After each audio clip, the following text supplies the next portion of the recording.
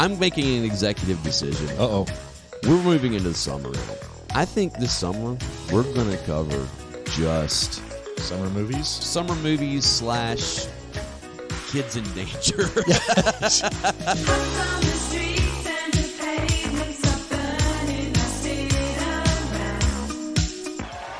Sweep the leg. You have a problem with that? Welcome to the Project Gen X Retro Summer Series 2022. Sarah, beware. I have been generous up until now, but I can be cruel. Starting in May and ending in August, we will review the summer movies from our youth that include Tron. Still don't understand why you want to break into the system. Because, man, somewhere in one of these memories is the evidence. If I got in far enough, I could reconstruct it. Adventures in Babysitting. Don't fuck with the babysitter. The Goonies. Don't say that. Never say that. Goonies never say die. Back to the Future. Whoa, this is heavy. There's that word again, heavy. Why are things so heavy in the future? Is there a problem with the Earth's gravitational pull? What? And so much more. We talked into the night. The kind of talk that seemed important until you discover girls. If I can only have one food for the rest of my life, that's easy. Pez. Cherry flavored Pez. Along the way, we will also sprinkle in some non-movie goodness that will remind us what it was like to be a kid when the socks were high, the shorts were extra short, and there wasn't a cell phone to be seen. E.T. phone home. E.T. phone home. Wants to call somebody. So sit back and join Big Dave, Barry, and myself, Alan Smith, to relive the magic of the 80s and the retro summer.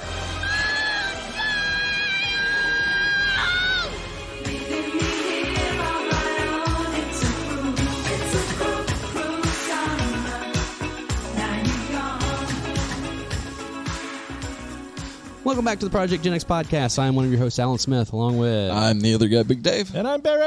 And we want to welcome you back to the show and thank you for, listening all summer long for our Retro Summer 2022. And since we are coming to you from the future, we really hope you enjoyed the episode with Ms. Diana Goodman that we did last yeah, of course we haven't recorded it when we're doing this, so we have no idea how that's going to go. She may hate us before it's over. Yeah, it's like she may walk off in the middle of the show before we have a chance here.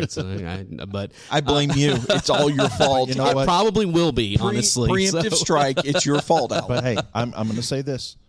For our listeners that have been so dedicated to us, that have listened this entire summer long, we have a little present for you. Uh-oh. That's this episode. This is one of my favorite movies of all time. Still we one of my are favorite movies covering of all the time. 1985 or 5. 5 movie, The Goonies. Yes! I'm excited. Because Goonies never say die. Absolutely. And don't say that. Don't say that. Goonies never say die. Calm down, Mikey. all Calm right. Yeah, and this is this is in some ways an origin story for Thanos. So I never thought about it that way, but he's not wrong.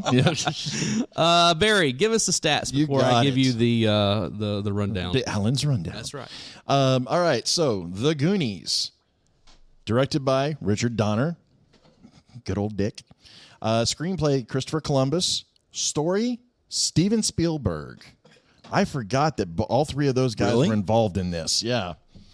Produced by Richard Donner, done by Amblin Entertainment. Mm-hmm. Which Spielberg's film. Yeah. Film company, so. Initial budget on this thing was $19 million. That's $19 million in 85 money. Again, box office budget. It's about $60 million, I guess. What it pulled at the box office? Oh, it was huge. 125 mil. So more than a nickel. A little bit. Yeah. A little bit. Now, and how they never made a sequel after making that much Thank movie. goodness. I'm glad they did. We'll get into all that later, but it's... So, time for the cast. Get comfy, boys, because this is a lengthy one. This is a good one. As Mikey Walsh, we have Sean Astin from Lord of the Rings and one of my favorites, 50 First Dates. Rudy. Encino Man. Rudy. No, Encino Man. Rudy. Playing his brother Brandon, and Stranger Things. Come on. Yeah, true. Yep. Josh Brolin as Brand Walsh. For the longest time, I never knew what Brand was short for, but apparently Brandon. You know him from Deadpool 2, True Grit, W, tons of other movies. Marvel Endgame and Oh, yeah, no, I was Infinity trying to go War. for- Nobody wants to talk about the big purpley wrinkly. Yeah. No. From playing Lawrence Chunk Cohen, excuse me, was Jeff Cohen. He didn't do a whole lot of movie works, but he did a ton of TV with Webster, The Facts of Life, and was actually on Kids Incorporated. Oh, really? I didn't know it. Oh, okay. Playing Clark Mouth Devereaux. The Corey only Feldman. person that could play a character named Mouth in Yep. the 80s. And we'll get into that in a minute. Corey Feldman, Yes. one of the Coreys, obviously from Stand By Me, Lost Boys, all the goodies. Playing Richard Data Wang was, and it depends on which way you look at this. I've seen him listed as Jonathan Kwan. I've seen him as Kei-Hugh Kwan, and then Jonathan Kei-Hugh Kwan. He's recently was in, I can't remember what this is. Everything All at Once. Yes, and I heard he was amazing in it. It's Everything All at Once right now. Or I forget what. Yeah, it's supposed to be a really great movie. I haven't I changed. remember right. He was also Short Round. He was Short Round, and he was also in Encino Man. Yes, he was. Playing, I did not. So we know- had Everything- a mini Goonies reunion. Everything comes back to Brendan Fraser. of course. Everything. And Pauly Shore. and Pauly Shore. So Yeah. So I didn't know her full name on this until I looked it up, but Andrea Teresa Andy Carmichael was Carrie Green, who I think every boy obsessed with on the 80s. she was also in Lucas. She was in Lucas, and she was in great Summer Lucas. Rental, which is Yes, one of my that's right. favorite movies. Oh, yeah. Playing Steph Steinbrenner was Martha Plimpton, Martha Plimpton. from Parenthood and The Mosquito Coast, another great movie. Yep. She was in Beautiful Girls. She was in Raising Hope. She was in. You know who her father is, right? Martha Plimpton? Yes, George Plimpton is her dad. Really? Yes. I didn't know that. Playing Lotney Sloth Fratelli, Yes. John Matusak. We're double dipping this summer with him. Yes, we are, because he was in One Crazy Summer, and he's also in, I know, one of your favorite movies, Ice Pirates. Oh, yes, that's right. Space Herpes! With a whole bunch of football players. Yes. Oh, yeah. Because what's his name? Dick Butkus and Green. What was the guy's name? Mean Joe Green. Mean Joe. Yeah, Joe we're all in Green that. Yeah. Playing Mama Fratelli was Anne Ramsey. Yes. Yep. You know her from Scrooged, and more importantly, you know her from Throw Mama from the Train. Yes. Yeah. Yes. Playing Jake Fratelli was Richard Davey, who was in Showgirls, as He's well kind as of one of those, hey, it's that guys. he you is know, it's, the craggy face. yes. But more importantly, he was in License to Kill, one of my favorite Bond movies. Yeah. Playing Francis Fratelli, Joey Pants. Joey Pants, Joe Pantoliano. Matrix and Bound. Yes. Have you guys seen Bound? Yes. I love that movie, dude. Playing Irene Walsh, Mikey and Brand's mom, was an actress by the name of Mary Ellen Trainor. You know her from Die Hard Yes. and Lethal That's Weapon. That's right. She was. Playing Irving, the dad, was Keith Walker. He was actually the screenwriter for Free Willy. Oh, okay. Well, we should definitely throw him from the train. Yeah, exactly. Playing Rosalita, Lupe Ontiveros. She was in As Good as It Gets and Selena. Did she kill Selena? Playing Troy Perkins was, I can't make this name up, Steve Anton. I almost said Steve Austin. But Steve Anton That's from the bottom line. another double dip, SFW. Yes. I forgot he was in that. Yeah, it's true. There's a lot of other character actors that are in this, but this is one of the few movies where you actually get to see the director make a cameo. Yes, in he it. does. He plays, Richard Donner actually plays the sheriff's deputy. Also, the lead cinematographer plays Mouth's dad. His name was Nick McLean. And the part of the dead FBI agent was played by a stuntman by the name of Ted Grossman, who apparently has been in everything. Oh, stuntmen are always in everything. I'm telling you, they don't get enough credit. All right. Are we ready for my summary? I don't know if we're ready for it, I'm but go never ahead. ready for it, but go ahead. The Goondocks in Astoria, Oregon is facing foreclosure. So a ragtag group of unattended children, remember this is Generation X we're talking about, steal a treasure map and proceed to be chased by a family of criminals to the caverns underneath the Fratelli's hideout. They nearly escape death frequently, but somehow still manage not to be injured, and they make a new friend along the way as they find One-Eyed Willie's treasure and save the Goondocks. The end. So let's talk about this movie. What? Who are you and what did you do with Alan? Wait, did I miss it? I feel like I missed it. I took a swig of Diet Coke. I totally missed it.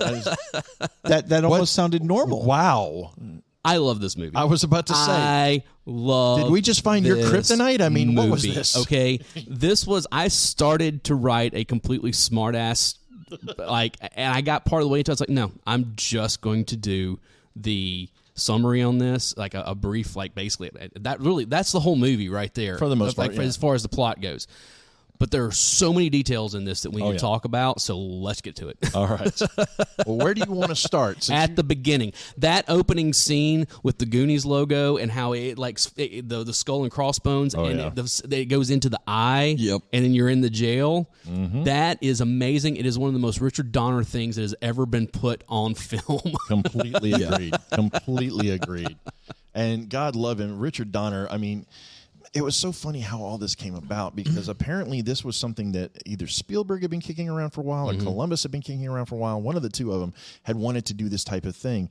And Donner somehow was able, and from what I read in the cast notes and from a few interviews, they said it wasn't completely a smooth acting positions, but Donner knew how to work with kids, and he got the best out of every single one of these.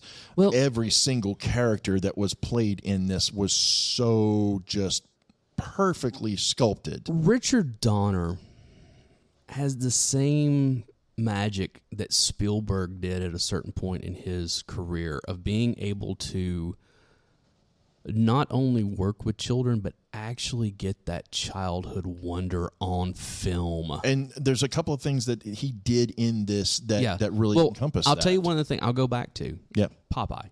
Yeah. Okay? It's not a great movie. I mean, it is what it is, but it's one of those things that... Robert Altman. Was it Altman? It was Altman. Okay, it was Altman. Never mind. Well, never mind then. Never mind. Everything I said is wrong at this point. So, but to what you were talking about that's beforehand, there's one infamous scene in this movie that truly they did in the first take. Mm-hmm. Well, actually, I take that back. They did in the second take. Is the scene where the kids first see the pirate ship. Yes. Yeah. And Donner specifically did not let them see anything about this until that moment, because he wanted to encompass that moment on film. Well, and when they did it the first time, one of the characters yelled out, "Oh, shit," and they had to cut it and refilm it. I don't know why, because let's be honest. This is one of those movies that goes into the category of, if it hadn't been released in either the 70s or 80s, it would have never been made. Because, when the jailbreak at the beginning of it, and when they're being chased through the town, and Chunk's at the arcade and he sees the police chase, slams his milkshake, and the first thing out of his mouth is, "Oh shit!" Yep. I remember being in the theater with my mom. I'm 10 years old. Yeah, was just 84 or 85. 85. I'm 11 years old. Yeah. And my mom just being like, "Oh, what have I gotten myself into here?" This was a PG movie. Yeah. I mean, now, and there's really nothing that's worse than PG in this, but it's still, this was even after the PG-13 had been implemented. Yeah, it was a year afterwards. But it's just, this is not your typical kids movie. And this, honestly, is kind of the template for our retro summer 2022, when we first started talking about this, kids in danger. This was the first one that we came up with. I mean, it was just one of those things where it's like, no. These kids are in imminent danger for the entire movie. Yeah, absolutely. Everything, and there's not a parent to be found. No, and they are they're basically depending on being self-reliant. They should have not only died, but at least come away with multiple compound fractures and concussions. Still in therapy. And might have stitches. And might have lost some limbs. Still in therapy. Still in therapy. I mean, and not to mention, one of them has now invited Sloth without consulting his parents to come live with him. You're going to come live with us now. Which is the sequel I want to see. Oh yeah. No doubt. The Chunk and Sloth road trip movie. Yes, exactly. Oh my God. Or buddy movie. I know. Jeez, cop movie. Buddy cop movie. Yes. Buddy cop movie. Yes, I want to see the Chunk and Sloth buddy cop movie. That would be amazing. Slob and Sloth. Riggs and Murdoch would have nothing on these guys. Okay. Yes. Yes. Which, by the way, okay, I know we're going to be jumping around a lot in this, but you brought up something there that I loved. Speaking of Sloth, did you catch the two T-shirts that Sloth wore in the movie? Well, two of them. One of them was Superman, right. which was a Richard Donner movie. Yes, it was. The first time you see him, he's wearing an Oakland Raiders shirt. He played for the Oakland Raiders. Because Matusek played for the Raiders. Yep. You know? I guess at that time they were the L.A. Raiders, though. I don't remember. I think so. And by that point, they would have been. I think maybe. Yeah, because they moved in the early 80s. Let's just go ahead and refer to them as the California Raiders. Yeah, because now they're the Las Vegas They're Raiders. in Vegas. So. Well, no, that's what I'm saying. Is because when they were in California, it didn't matter if it was L.A. or Oakland. You did not want to go to a football you game did not in want to that go into the stadium black because hole. they were the Never. scariest fan base. And they would start. I mean, dude, there were fights constantly with opposing fans. Yeah. And There's a reason why their fan base looked like the Legion of Doom. Yeah, I know. I mean, come on. They were, well, and you got guys like Lyle Alzado playing for you. That's Howie Long. I mean, these guys were like no joke. And then they got neutered and moved to Las Vegas. Man. All right, so back to the movie. Anyway. There is so much to unpack in this movie. I mean, again, you're talking about the idea of that group of friends that somehow fall together. Right. You know, which, let's face facts, everybody had that one group of friends at some point in time in their life that you have no idea how in the world you became friends, why you're friends. Well, in this movie, this movie, it's fairly obvious because it's by location. They all live in the same neighborhood. It is, but it isn't. Yeah. Because, I mean, yes, they live in the same neighborhood, but they have nothing in common. Yeah, No, but nothing. But look at the time period.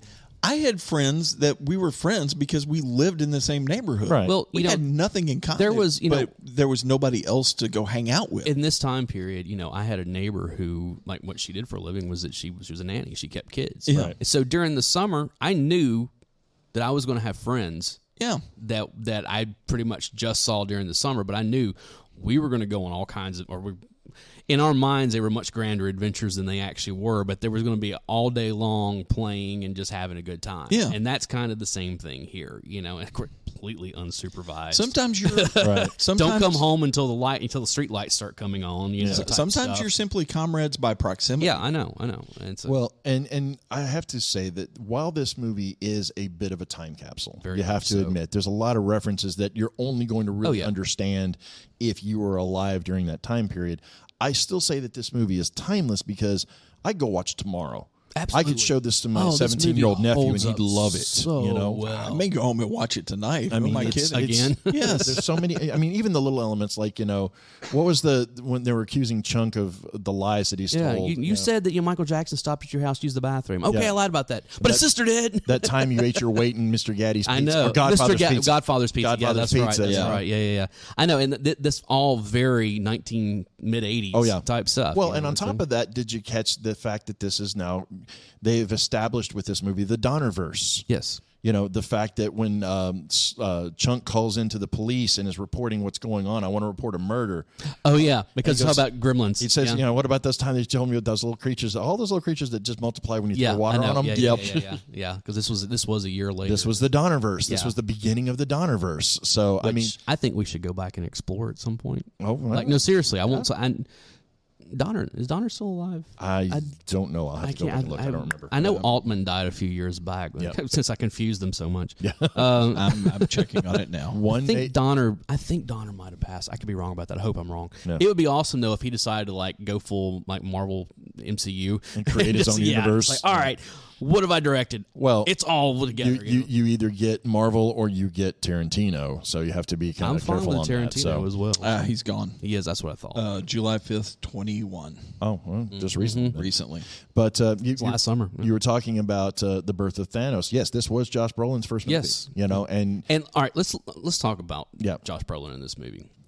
Obviously, he's the older brother of Mikey. Of Mikey. Yeah.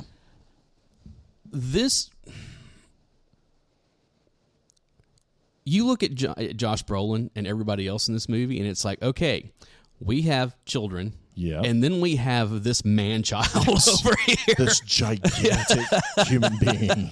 That, okay, one of these things is not like the other, and it's perfect because he is that older brother or that older cousin like I had. Yeah. That was oh, yeah, I'll give you crap, but nobody else better give you any crap And was whatsoever. there a better scene that when he stole that little girl's bike? Oh, I know. You see this huge human being trying to pedal on this little bike? There's that great scene after everybody leaves, and the developers come around and blah, blah, blah. Yep. And Mikey's out on the porch and he's starting to cry because it's like, we're going to lose this place.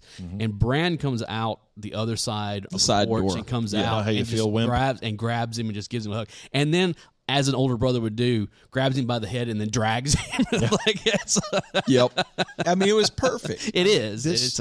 I really think there's a lot of movies that kind of encapsulate what it was like to be a child in that era. Yes. And I think this movie kind of sets the standard for it. Absolutely. I mean, there was so many little elements of how they interacted with one another. Like, Martha Plimpton's character, I feel like I'm babysitting, but I'm not getting paid. Yeah, I know. Those kinds of things. I know. I'm like, that's Exactly. perfect. Exactly. Because, again, you're talking about Her making fun of her friend after she kisses the little brother because she wouldn't open her eyes. Yes. Well, between that... Does Bran have braces? Between that and Andy and Brand, you have these three older, like these teenagers with all these, they're probably, 10, 11 years old, somewhere around in there, maybe, I would say probably in 12. Yeah, somewhere, but that preteen, somewhere in that preteen, they're not quite, Right. They're going to do a lot of growing over the next few years, Right. But physically and emotionally and all that kind of stuff. But it's one of those things where they're still like, that's Brand's little brother and his weird friends. His weird friends. Exactly, That's exactly it. It's exactly. the weird friends. It's a weird, annoying friends. Yeah. But I mean, she makes fun of her friend for kissing the little brother. But when the little brother comes out, she's actually like kind of laughing. Over here, lover boy. Yeah, and taking care of him and making sure he's going the right direction. I know. So It's like, and I've always loved Martha Plimpton. She's one of the. She is one of those comedic actors. timing. Well, but she's also one of those actors that you can like take her and drop her into a movie or a television show or something, and it's like, this just got better. Yeah. Like, this got a lot better. It's like the other actor that we talked about not long ago. That Which one? The only one I can think of right now is Armageddon. He played the colonel that was going to. William Fichtner. Yes, William Fichtner. You drop him into any movie, and he instantly gets better. And I'll tell you somebody else who a newer actor that I think is the same way as Carrie Coon. Yeah, I think I can see that. I had because when Ghostbusters Afterlife, I didn't realize she was in that movie. As soon as she came on, I'm like, oh, this is going to be good. Like, I had no doubt. I was like, hey, with her here, this is going to be fine. That's Martha Plimpton, I think is kind of one of those kind of. She's a great actor. She's highly underrated. I agree. And I say, because one of my favorite movies is a movie called Beautiful Girls that came out in 96. Yes. That you keep talking about. Yes. Now, we are going to cover it on this show. That's a great movie. But she, again, she's not one of the main, because it's kind of an ensemble cast, but she's kind of in like that second tier of it. But every time she's on film, it's like, no, I understand this character. I understand why she's doing the things she's doing. Right. And she's not wrong. And she's still emoting like you wouldn't believe. Right. It's just so good in it. Anyway, well, and you want to talk about some great casting on this. I mean, this just everything about this was so perfect. I mean, let's talk about Mouth for a minute here. Corey Feldman. Mouth. Okay, so first off, what a great nickname. Not only was it a great nickname, Corey Feldman character. I found this out. Do you remember the scene in the movie towards the end of it where the Fratellis have captured them and they're getting You're the one they call Mouth. Why aren't you saying anything? That was legit. Everything that he had in his mouth was in his mouth. That was shot in one scene, one take. Come on, spit it out. I was blown away by that. And everybody had that smart ass friend that just thought he was. Ours is sitting here at the table. Exactly. I knew to my immediate left. Yeah, but everybody had that one guy that you kept around that you knew was going to get you in trouble. You knew his mouth was going to. All right. I'll say this. Even now in our middle age, I am still that one friend that you guys have that's oh my God, if he doesn't shut up, we're all going to have to fight our way out of here. We are going to die. we may start calling you Mouth after this, actually. But it's better than being Chunks. Well, I mean, we could take these characters apart piece by piece, but Mouth was one of my favorites just because of the fact that he was so quick-witted, and he was this weird kind of like amalgam of knowledge that nobody would have ever expected. Yeah, would absolutely. you ever expect Alan to know how to speak, Spanish fluently? I mean, come on, Whether or not he was actually fluent in Spanish is a whole other thing. But I mean, he knew enough of it. Well, he knew enough. And the whole scene with Rosalita where he's telling her, always separate the drugs. That stuff cracks me up. The same thing with Mouth. I know enough Spanish to get myself in trouble. Well, there you go. But, we talked a little bit about Mouth. We talked a little bit about, Brandon and Mikey. Brandon. But let's talk about Chunk and Data. Chunk. Okay. We'll start with Chunk. Okay. So every group of friends has that one friend that likes to thinks they're bigger than they No, really that are. likes Over to exaggerate and tell a story. stretch the truth. Yes. Yeah. Never let the truth get in the way of a good story. There you go. Basically. That's a good way to put it. That's a good way to put Every it. friend group has one of those. We're not going to start naming names here, but it is one of those.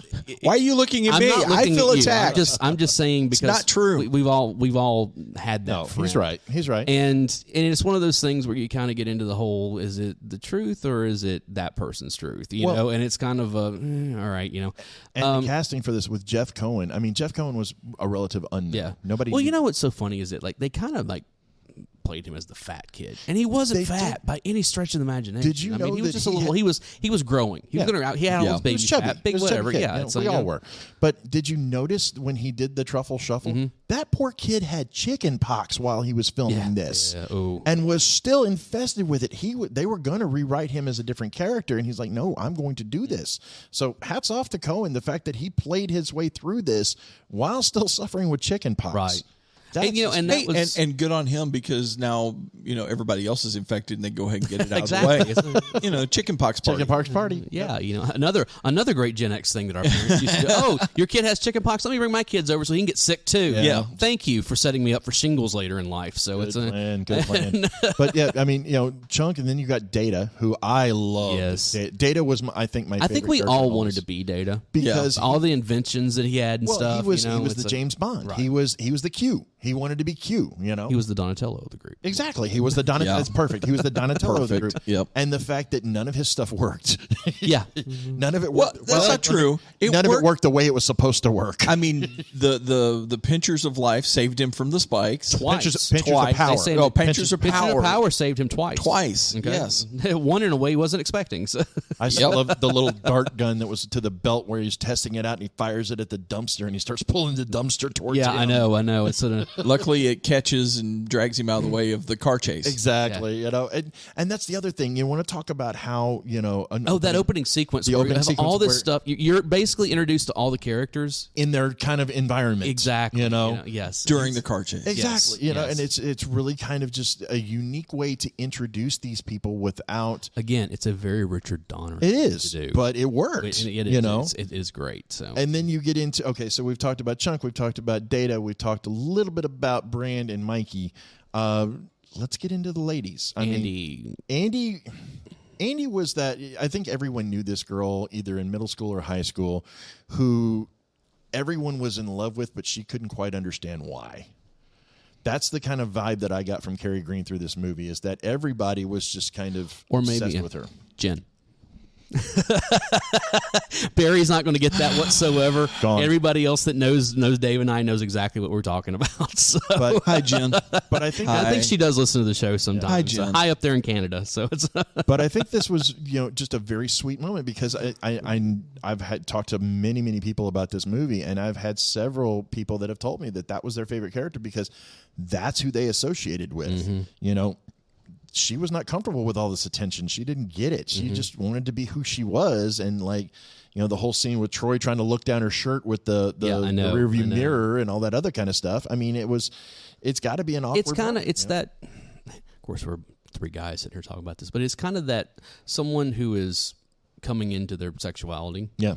As a teenager, as a young teenager, and not realizing, right? It's Not the able same to thing. process. It's not as a process. Like, look, I'm still the same person that I was before this. Why are you treating me different? I get, that's. And then you get Steph into the mix, and Steph. Welcome to adulthood. Yeah, Steph to me always was kind of like the voice of reason for this entire movie. Yes. She was the street smarts She character. was the one that was just like, look, you're being an idiot, and right. She was the common sense, logic, street smarts. Right. Absolutely. And I think that's kind of the perfect amalgam of all of these. When you put them all into one group, it worked. Who, honestly, between the two girls, she was a character I was actually more drawn to. Yeah, absolutely. I was like, okay, she's cute, yeah, but okay, she's smart. I can have a conversation with her. Well, it's the difference between like Andy is the girl, like I said, that that you aspire, like, oh my God, I would love to, but Steph is like your best friend. Yeah. It's like, oh no, she's cute, but she's like she can hang with the guys, you know. Yeah, well, that's why I would be hitting. Take anybody's crap. Exactly. Is what it was, that's exactly. You know, and I love that amalgam of how they all worked, and it just seemed like everybody had some little role that they played that was unique to just them. Andy with the piano, Data with his gadgets, Mouth with the Spanish, Steph is the Ruby Soho of this group. There you go. It's like there you go. I'm getting all the referencing stuff. I'm loving wrestling actually, references stuff into this. Now that you say that, that makes so much more sense to me. Yeah. I'm like, okay, yeah. Every time, every interview or Facebook video or whatever, or an Instagram video with them at Buc-ee's and stuff that I see of Ruby Soho, every time I'm just like, no, I want to be her best friend. Yeah, like I want us to go on a road trip together and like just get into all kinds of shenanigans. Sit in front of a bad movie and make fun of it. Exactly. That kind of stuff. And I would like give my eye teeth to sit in a theater with Martha Plimpton and make fun of a bad movie. Oh, absolutely. That absolutely. would be It's the greatest if you moment. get her and Ruby Soho. Oh, that would be so awesome. Done. All right. We could all die. Let's switch gears here again. Okay, anyway. And I want to let's talk about some other main characters that were in this. I'm talking about Mama and the Boys. Let's talk about the Fratellis. We got to talk about the Fratellis. Which, by the way, we talked in one of our previous episodes where a 80s movie inspired one band name. This was another one. There is a band called the Fratellis. Yes, yes, there is. Yeah. I don't know how shitty they are, but well, we're not going to talk about it. For all you Chicago Blackhawks fans, you know exactly who they are. The Fratellis, Anne Ramsey, man, Anne Ramsey she was such. This was before, because we talked about Throw On from the Train, which came out like, 2 years after this, 3 years after this, something like that. It was not too long after. It was like 86 yeah. or 87. Because she did that, then she did Scrooged. Yeah, but the thing is that she had a stroke, if I'm not mistaken. Yes. And so, like, when you watch Throw Mama from the Train, she's really having a hard time talking. It's but it very actually slurred. worked to her favor. It very much did, you know? but this was pre that. Right. And it's one of those things that Anne Ramsey, for being a 5'0" little woman, is intimidating. Man, I would never cross this woman. Terrifying. That woman. And I'm sure she was a lovely person in real life. Oh yeah. But it's one of those things that she could move into that don't fuck with me without any problems whatsoever. And that's perfect for this family of criminals. And it's just, I mean, it's the whole Ma Barker thing of it exactly. all. You know? Yeah, exactly. It was very Ma Barker. There you go. And I have to say, we don't talk about costuming very much in on this podcast. Oh, her with the beret. The beret was so perfect and the pearls, on that. The pearls, the beret. Just, she looks like somebody's mom. And yeah, that whole scene at the very end where she's looking at One-Eyed Willie going, "Thank you, Mr. Willie." Yeah, I know. I was like, wow. Yeah. This just takes on a whole new creepy level. And she could have walked around this entire movie carrying a Thompson machine gun and Absolutely. would not have surprised me at all. Not at all. Absolutely. She was straight up Ma Barker, and it was perfect. Come on. This is a woman that was like getting ready to put Chunk's hand into a blender. Yep. Okay. To get him to talk, Yep. Let's talk. One of my all-time favorite scenes in the movie is when they're trying to get him to talk. Oh my god! And he starts confessing all this stuff. And what's his name? Not Joey Pants, but the other Frank or whatever his name. The Fratelli, whatever, is sitting there just like he's like smiling. He goes, "I'm really starting to like this kid." Yeah. Jake. When he's telling the story about I think I'm really starting to like about this the fake vomit over just like he's like, I'm really starting to like this kid. I'm honestly surprised that Chunk didn't end up a member of the Fratelli family. I know, or taking it over. Yeah, exactly. He kind of did. It's okay. So you talked about Jake. Let's talk about Jake and Francis for a minute, because I mean, and I love their dynamic. They're always fighting. They're two brothers. They're two brothers that are just incompetent as hell. That stereotypical Italian brothers of like you've got the muscle fighting, and the brains. just fighting constantly, but they love each other. And then you find out about the other brother. Yes, where Sloth comes in, and it's just this. The scenes where they're playing jump rope, Slothy, and then it catches them, and they're trying to like reason with him. Was one of my favorite scenes. Remember we were going to get your teeth fixed. Yeah. And then we spent the money on Francis's toupee. I don't wear a toupee. I don't wear hairpiece. These two are very much the comedic versions of Sonny and Michael. Oh my because god! You've got absolutely. You've got the hot-tempered muscle, and you've got the brains of it. Does that make Sloth Fredo? Yes. Okay. That explains a lot. You, Fredo. Fredo. Jeez. You broke my heart, Fredo. Right. Anyway, but yes, as far as Did they go on a fishing trip that ended badly? Yeah. They were on a boat. They were on a boat. True, He's they not were on a wrong. boat. And we'll get into that in a minute. But yeah, it was with Francis and Jake. I just loved the idea of, there's that underlying bitterness, hatred, but he's still your brother kind of thing. You ain't gotta like him, you gotta love him kind of feel. Right. And these two guys For played Ma's that. sake, that's for Ma's sake, because exactly. Do it for your mother, and if you don't do it for your mother, she's going to beat the crap out of you and make you love him. Or what was the scene where there's like somebody needs to go down there? Well, Mom is talking, and she pulls the pistol on. I know.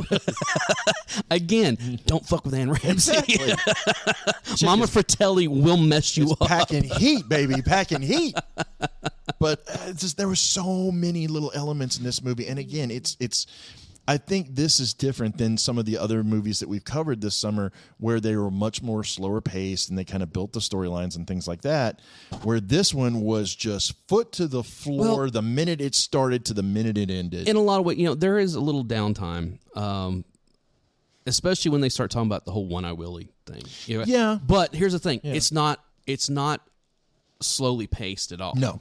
Well, you've got to establish the storyline. Look, again, when we talked about the Never-Ending Story a couple episodes ago, and I talked about that BS scene where Bastian goes and screams into the storm, Okay, no.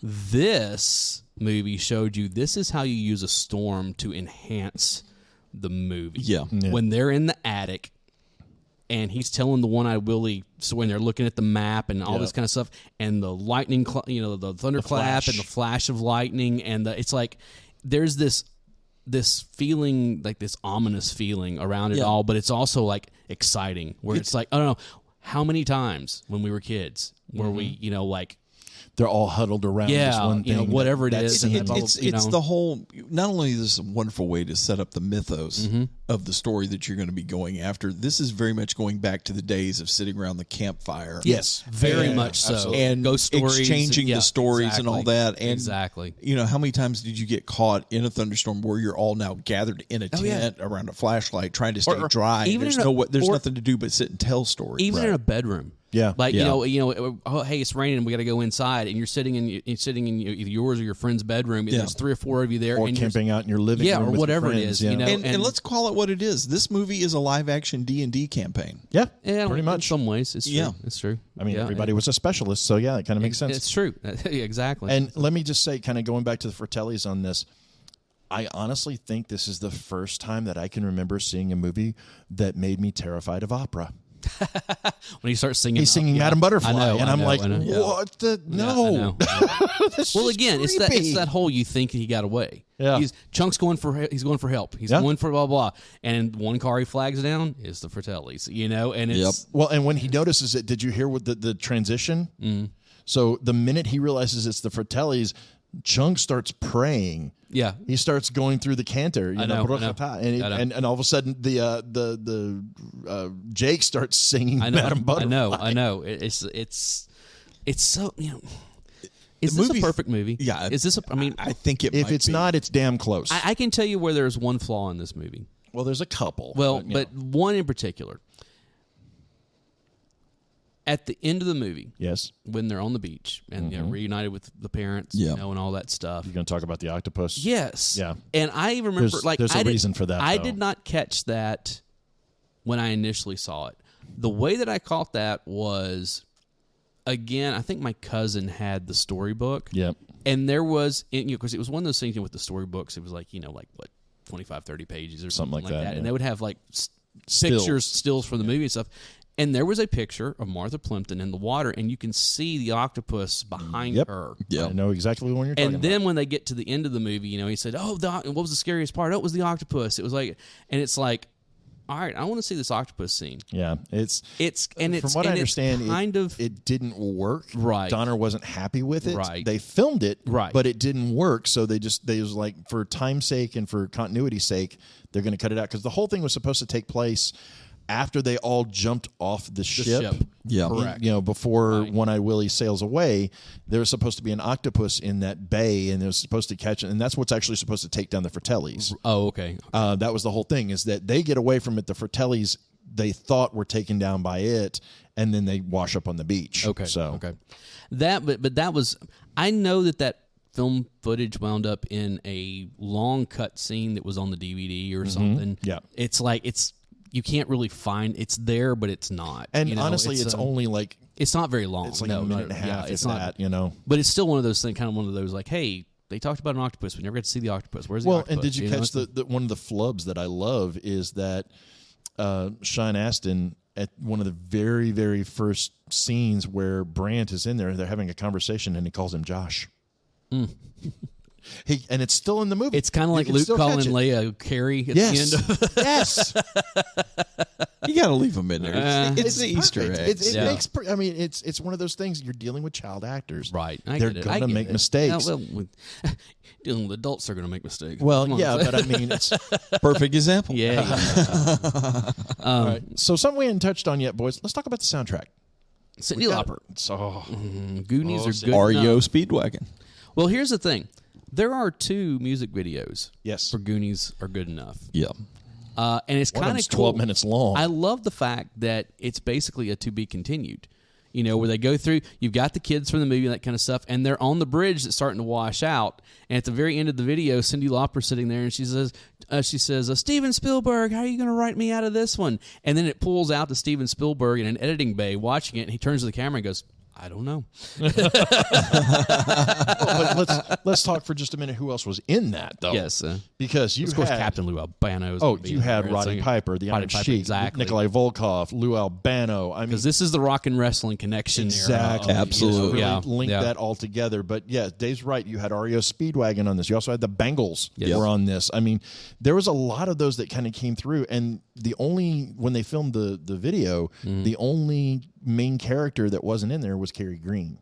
She's not in the video. Okay. Everybody else that's is. Right. That's right. Because remember they had like the T-shirts that say Goonies? Yeah. And they're out of spot there. It's like, I think at that point she was filming Lucas. Yeah, it might have been, so. But Luther Vandross was on this. Yes. Yeah. I mean, there was a lot of little,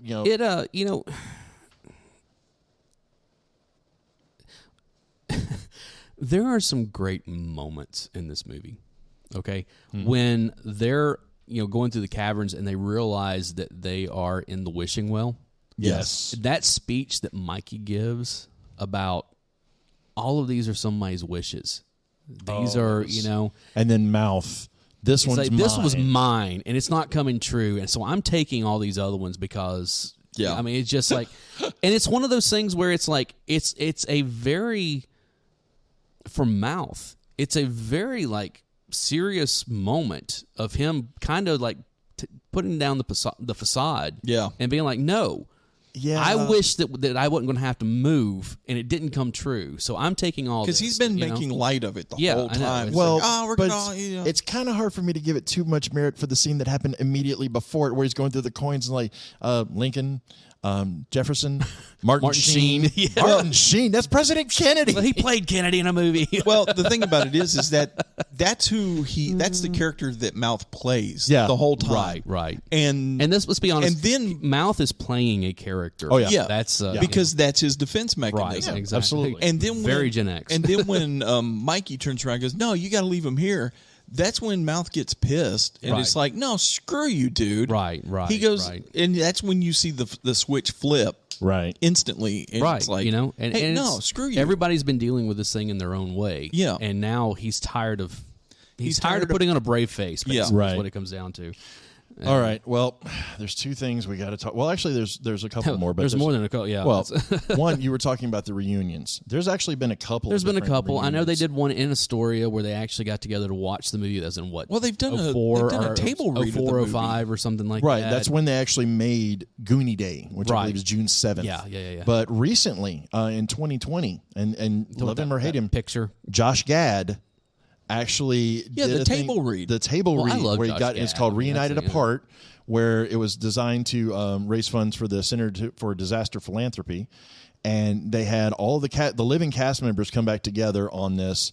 They also had Donner, Spielberg, and Columbus. Even Cyndi Lauper made an appearance on it. And I was like, "That's really They've got to freaking have cool." Cyndi Lauper. I remember I mean, watching this. I was like, I am totally watching that this. was so friggin' that cool. song is so integral, like woven into that movie. Yeah. You just have to, you know. Well, and they also did another a virtual reunion when they did the broadcast for a bunch of different outlets, Right. where they were doing the table read again.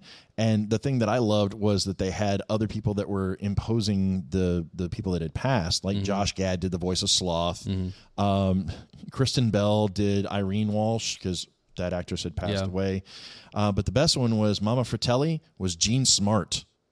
Oh yeah, I can. Yeah. And the narrator on all of this was Carrie Elways. Nice. I was like, that's pretty good. Do you remember the photo that went around a few years ago? It was Sean Astin and Corey Feldman and the guy that played Data and the guy that played Chunk. Kwan. Yeah, and Chunk. And they basically reenacted the whole, like, they're standing there with the map. Oh yeah. Oh, okay. And it was like, okay, that right there is all the reunion I need. That's it. You want to get together and do something like that's fine. I mean, that is, you know, they've done the same thing with like The Sandlot. Yes, where they've gotten out there playing baseball, or they've had them like at certain parks where it's like, hey, we're going to have this day where we're going to have, you know, it's Sandlot Day or whatever. They do that whole recreate the photo. Yeah, exactly. And I'm like, I'm down with all that kind of stuff. I just don't want to see actual sequels. We did kind of get a sequel to this movie though. It was a Nintendo game called The Goonies 2. Well, it's terrible. Yeah, we were I was saving to go into the sequel talk as well as the games. And there have been multiple. There was it? Goonies Never Die was supposed to be gone into 20 years ago or so. It's Datasoft is the company that actually owns the rights for this, and they had a Goonies video game for. Because you got to remember, in the 80s, if you had a successful movie, there was probably a video game at least to one. It. Yeah, you had to have one. Yeah, but they did. There was a Platoon video game on the Oh NES. god, it was horrible. I know. But because they sold it over to Konami, and Konami was the one that actually made it for the console devices. Right. They had it was in '86. They made the one for Nintendo, the original NES. That was the Goonies, and then they had this weird one with Goonies 2, where for some reason Andy is a mermaid. Sure. I was like, what? What was this? Because video games. Okay. I was Curse of One-Eyed Willie. Yeah, it's just strange. And I mean, they've had several other video games, even up as recently as 2007. Chrysler Jeep actually had they called it the Goonies Return to Astoria, and they put a Flash-based game on their website. Oh, okay. I didn't even know. Which you have to go around and capture the different pieces of the balloon to race the Fratellis to One-Eyed Willie's treasure. Right. It's a cute idea, and I like the fact that those little elements are still floating around today. You're still getting. This is still a beloved. Oh God, yes. Beloved yes. movie. I mean, we've sat here for 45 minutes gushing about this thing. I mean, it just. And when you can sum up when you sum up the plot that distinctly and that short without the least bit of ire, that says that screams volumes right there. Like I said, I started off to making one of my smart ass, summaries. I was like, no, this movie's too good for that. Like this movie deserves better. It does. It does. There are other movies that deserve better, but Alan won't let it happen. No, there weren't. So. Well, and so there's been you mentioned about remakes and sequels and stuff like that.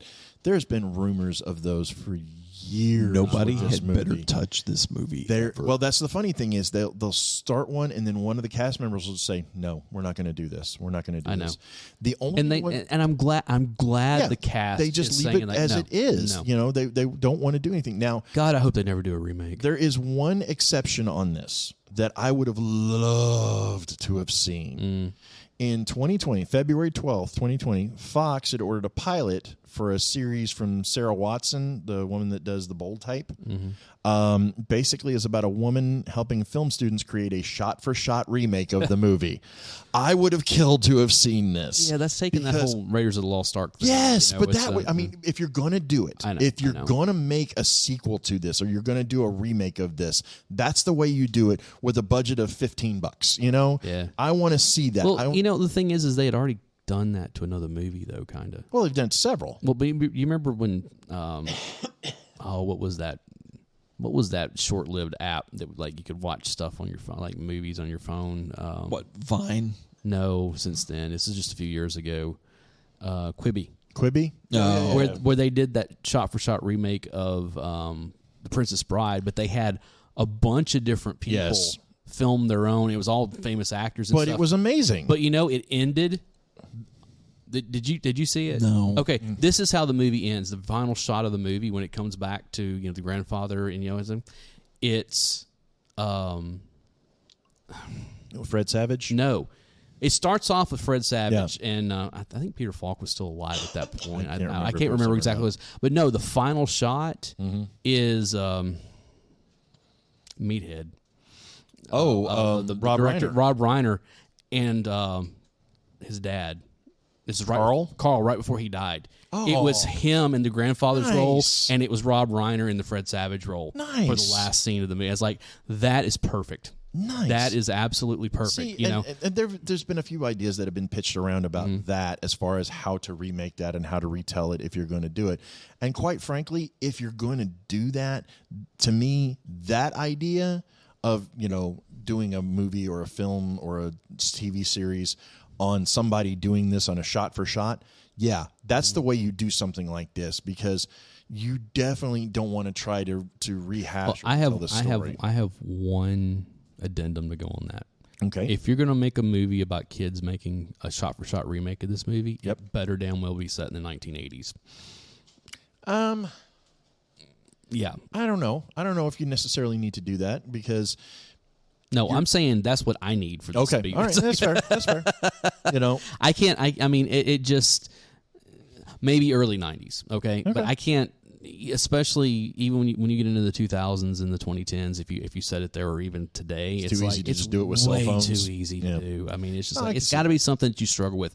It's something that you can't just kind of like that Raiders of the Lost Ark remake, right? That took them 15 years to complete or something, because it's one of those things. It's like, okay, well, we can shoot this, we can shoot that. Well, we don't have the props to do this, and so we have to go back. Somebody's got to go back to work, and to make so the money to get and these, so you see these kids grow up over a long period of time, and it's like, no, that's the perfect way to do a shot for shot remake. Right, and again, if you're going to do it, anyway, I would love to see a fan make of this. And then there's a perfect way not to do a shot-for-shot remake, and that is, Psycho.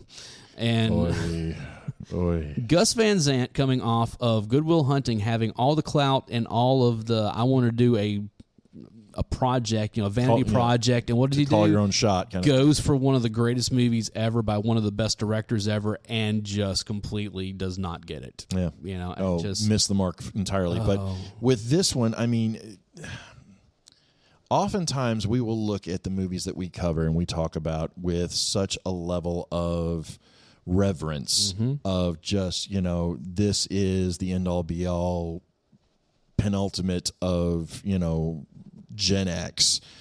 It's rare that all three of us can look at a film or a song or anything that we're just going and all agree. And all agree, exactly. And this is one of those ones. This is one that I don't care who you talk to, if they're of this era, if they grew up in the early to mid 80s. Let's put that. Let's put that. Make sure we put a pin in that. Yeah. If you grew up in this era and saw this movie, you love it.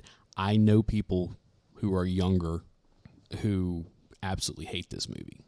Well, they're wrong. I know, and but the millennials should be quiet. But, okay, and that opens the door, because I would really be curious to see why they hate this movie. What is it about this? This person I'm talking about is a complete film snob. Okay, but it's just kind of one of those things where it's like, dude, seriously. Oh. No. It's a different one. Same group, but different person. But it's one of those things that it's just kind of one of those like, shut up. And again, he is a millennial, and it's like, shut up, okay, because you don't know what you're talking about. Well, so. I think you can argue the minutia on, is this shot well? Is this lit well? Are the costuming good? All those kinds of little nuances to it. And to a point, I could say, all right, well, you could do that with anything. But to me, I would really struggle to find, because, even just going back and seeing, like, Mouth wearing the Purple Rain T-shirt. Right. Or, perfect for the era. Yeah, exactly. Oh, no, the Purple Rain T-shirt as well as the Members Only jacket. The Members Only jacket. And that feathered hair that was so popular in the mid, and he's combing it. Well, you always had the comb in your back pocket. Just those little... Bonus points if it had been a switchblade comb. Yeah, that's true. But, just those little elements, Chunk... Yeah, he might be a member of the JAS at that point. Nice. Another wrestling reference. You're killing me. But, that's Chunk a different in the movie. Hawaiian shirt. Killing me, Smalls. Chunk in the Hawaiian shirt. And just right. And the trucker hat. The trucker hat. Yeah, exactly. Yes, very much. Much. There's those things were so synonymous. Oh no, Brand with his he's working Curls. out, but he's using that thing, that spring thing. Yeah, he's doing the all chest that. expander. Yeah, that's just like, wow, that is so 1980s. It's not even. Well, and he has the the headband on. Yeah. It's like and the sleeveless shirt. and the sleeveless shirt, and the hand, the grip things that you would use to try to build up your forearm. Yeah, just everything about this. Yes, it's a time period, a time capsule. Yes, but it doesn't feel dated. No, that's the whole thing. It it's like outside of a couple references and that kind of stuff. Yeah. It could be set any time. Yeah. Well, maybe not, because only Gen Xers had that level of parents just not giving a single fuck where they are. Well, day. but I think so it's any kid that has ever wanted to go out on an adventure, any kid that ever went. Let's be honest. If this movie was made with starring millennials or Gen Z, those kids would have never gotten off the front porch, and this thing would have never happened. That movie would be over in like 10 minutes. Or if they had gotten off the front porch, the parents would have called the cops already. Right. Yeah. The FBI would be out looking for them. They'd be tracking them by their phone. Exactly. It just and I think that to your point, I think that's something that's kind of lost and I think that's one of the reasons why this movie holds up so well is that it still brings back that moment of going out in the woods with your friends, or when we went exploring, out to play, you either got home before the streetlights came on, or you ended up on Unsolved Mysteries as nature intended. Exactly. Yep. That is still one of my favorite memes. But it's true. It is. Yeah. It is. It's and I think this is. We've talked a lot about certain movies that capsule that element. Explorers is a good example of that. Space Camp is a good example of that. Those types of movies where it's these kids that are forced to kind of figure stuff out on their own, and that whole exploration element of it. And I would love to see something in modern day try to show what that's supposed to be. Why do you just want to have people sitting around with their phones Googling stuff? Well, but even that, to me, you take that element, and also, believe me, with the fact that we're all carrying around a supercomputer in our pocket, it's one of those things where you have to disable that somehow to even make the stakes even seem like they matter. You mean having them go through tunnels underground where it's about a mile deep where you can't get a signal? Okay, that's fine, but it's one of those things that's a great plot device. Or you land in a giant puddle after going down the coolest water slide ever. Or maybe we'll have like an EMP go off, and so nobody has any. Well, there's that. That's a different story. Which, by the way, speaking of the water slide, that's a legit water slide. Right. They actually built that thing for the movie, and apparently the cast would go sneak in afterwards and ride. I would. I don't know what you're talking about. I'm telling you, man, that thing is just free awesome. access to a great water slide. Well, I know that there is in Astoria, Oregon. There is was it the Goonies tour or whatever it is? Like where you can go and they'll show you all the places this was shot, they had to restrict that a little bit because they found that some of it was private property. Yeah. And they had to go through. And the funny thing is there's elements of it that weren't actually filmed in Oregon. They were filmed in like California on the coast, so it's nowhere near where they were supposed to be. But I still would love to go up there and see like the three rocks out in the that kind of stuff and hold up the doubloon and kind of it's such a good movie. I don't even know what to say about it anymore because it's rare that we gush over. I know, a movie this way. and this is. I find no real faults with this movie whatsoever. It is. I don't want to find faults with this movie. I'm going full Pontius Pilate here. I'm washing my hands. I find no fault with this movie. I mean, nice. Hey, be careful. He's going to cut the film in two. Anyway, that's Solomon. Well, hey. But I don't know if I necessarily find, I don't think this movie is flawless, but I think it's not. No, to your point, I think it's kind of like, you don't really want to look for the flaws. You're so happy with the story and the characters and the moment and the music and all the elements put together perfectly on this. There are no, to put it in perfect Gen X parlance here. Yes. There are no eye roll moments in this. No, I mean, there's it's really like, not. That's the biggest And thing. even on a rewatch, yeah, there's not. if you almost 40 years later, sitting here watching this movie and like, I never once was like, oh, please give me a break. I was never once doing that. It was like, no, this makes perfect sense for this, for and this I'm movie trying to and the time remember period and everything. if there was a moment that I watched it and saw and thought, well, that didn't hold up. I can't really recall it. I think there's a no. I think there may be a comment or two. As you were saying, there's a couple of things where it's you would never get away with putting that in a movie now. Yeah, but fair. Little things, because that's what we talked in the 80s. Yeah, let's be honest. Okay. We've changed. Something we didn't talk about. Yes. And this again, this is a kids movie. Quote unquote. The whole thing with the statue of David. Oh, jeez. That's Mom's favorite part. I know. You put it on upside down. If we were designed that way, we'd go around pissing in everybody's face. It's like,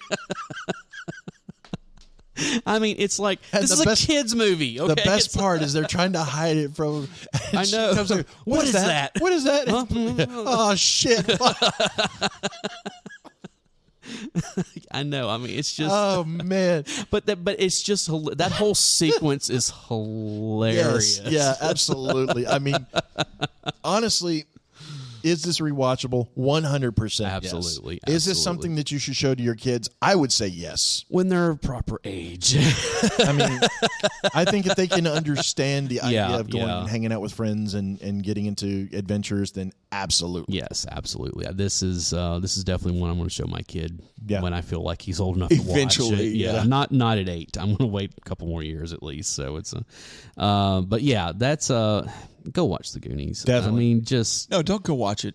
Go buy a hard copy of it and keep it in I your think they collection. did a really nice Blu-ray of it a few years ago. Yeah. That had a whole bunch of extra stones. I think it had one of the reunions. Well, I know it had panels. the video of the 12-minute video Yeah. of that, as well as the short version of it. Yeah. So but yeah, again, guys, if you're we encourage you. We want to hear your point of view on these movies that we've been talking about, especially this one, because it's such a big pivotal movie for all of us. And let's be honest, without this, you don't get Stranger Things. yeah. It doesn't happen. No, I mean, you're not wrong. You know, exactly. This is very much the blueprint that they used. 100%. 100%. Smaller cast, but all the same elements. Yeah, absolutely. So we need you to go over and join our Discord server and come over and join the conversation. We have a really good community of people over there that.